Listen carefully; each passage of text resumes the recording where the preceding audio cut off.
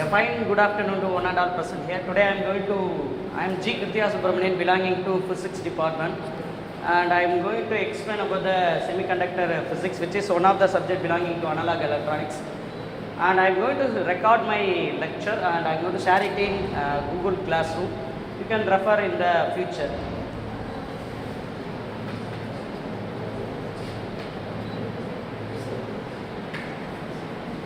So you can see semiconductor physics. This is my actual topic.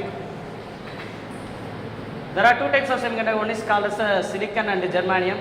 The common between the silicon and germanium conductor is both are tetravalent element.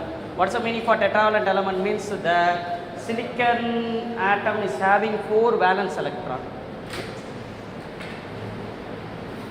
A semiconductor which is having a semiconducting property, it is having the collaboration property of a conductor and a non-conductor. At low temperature it will behave like a non-conductor, at a high temperature it will behave like a good conductor, but even we need to increase its conductivity. For the purpose we are adding the doping material to the conductors, especially if you are going to add a pentavalent element with the semiconductor.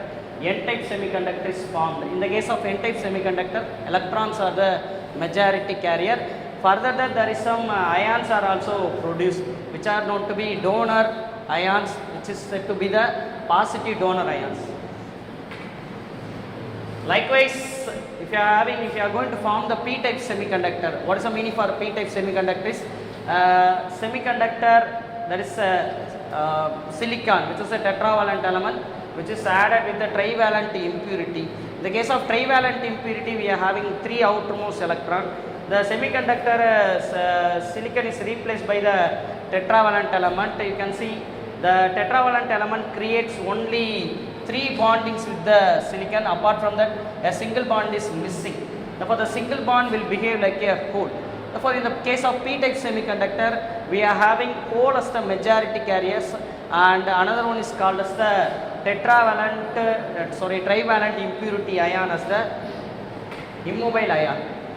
Likewise, if you are going to combine a semiconductor, that is one side of the semiconductor is doped with a tetravalent element, and another one side of semiconductor is doped with a pentavalent element, and another one is doped with a tetravalent element. Means one of the side will be formed as P-type pair and another will be formed as the N-type. In between that there is a potential barrier. What is the purpose of the potential barrier? Is it resists the flow of electrons, free motion of electrons. Therefore, there is a potential barrier between the P-type and N-type semiconductor, which is also known to be the depletion layer. Even it is called as the fictitious battery also. It does not allows the flow of electron from P side to N side. Therefore, we have to motivate the flow of electrons from P type to N side. At the same time, we have to motivate the charge carriers from N type to P type. For that, we are doing some additional work, which is called as the forward bias character. What is the meaning for forward bias character? Is the positive of the battery is now connected with the P type, and the negative of the battery, you can see it is connected with the N type.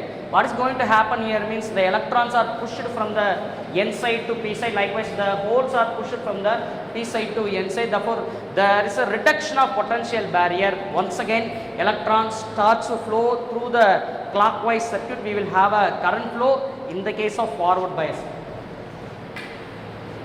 You can see the graph for both the forward bias and reverse bias character. In the case of forward bias character, initially there is no current at all. We are increasing the voltage in step by step. Likewise, we are measuring the current. Initially there is no current at all because the diode is not overlapping the potential barrier.